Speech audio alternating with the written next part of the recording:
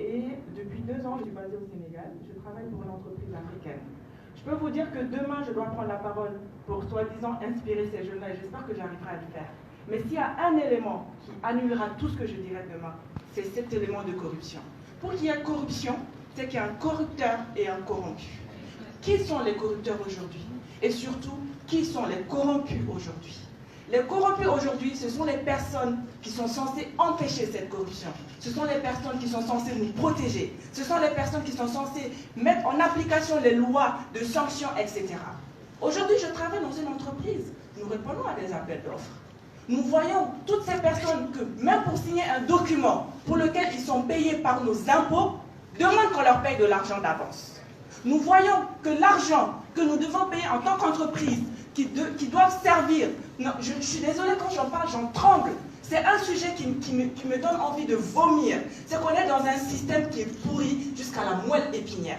L'argent que les entreprises payent, qui doivent aller dans les caisses de l'État, c'est cet argent qui sert à construire nos écoles. C'est cet argent qui sert à soigner nos malades, à prendre soin de nos hôpitaux. C'est cet argent qui nous aide à construire et à bâtir nos États. Cet argent-là, qu'est-ce qu'on en fait? Nous, les entreprises, on le prend et on le donne à une personne lambda qui le met dans sa poche, qui, malgré tout, cette personne est un agent de l'État payé par la sueur du front des Maliens, des Africains. Nous travaillons, nous payons des impôts, etc. C'est cet argent qui paye cette personne et malgré tout, cette personne s'enrichit sur l'argent des entreprises. Là, on parle des agents de l'État. Parlons de nos dirigeants, les ministres, le président de la République. Quand les élections arrivent, vous savez comment sont financées les élections présidentielles dans nos pays? Les entreprises sont racketées. Vous ne payez pas? Ok, pas de souci, on verra le prochain appel d'offres. Comment ça va se passer? Donc je suis désolée, on peut se tenir tous les grands discours ici si vous voulez. D'accord? Au quotidien, nous sommes confrontés. Là, les agents de police qui nous arrêtent, qui prennent 2000 francs. Hier, je suis arrivée à l'aéroport, la douanière qui me dit oui, vous avez plus de 3 tissus dans votre sac, c'est 10 000 francs les frais, etc. Ça me gêne moins. Ça me fait mal.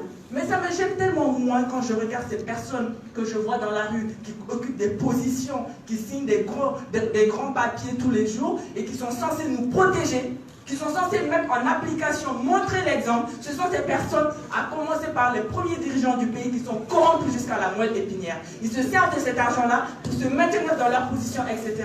Bien sûr, nous avons tous un rôle à jouer.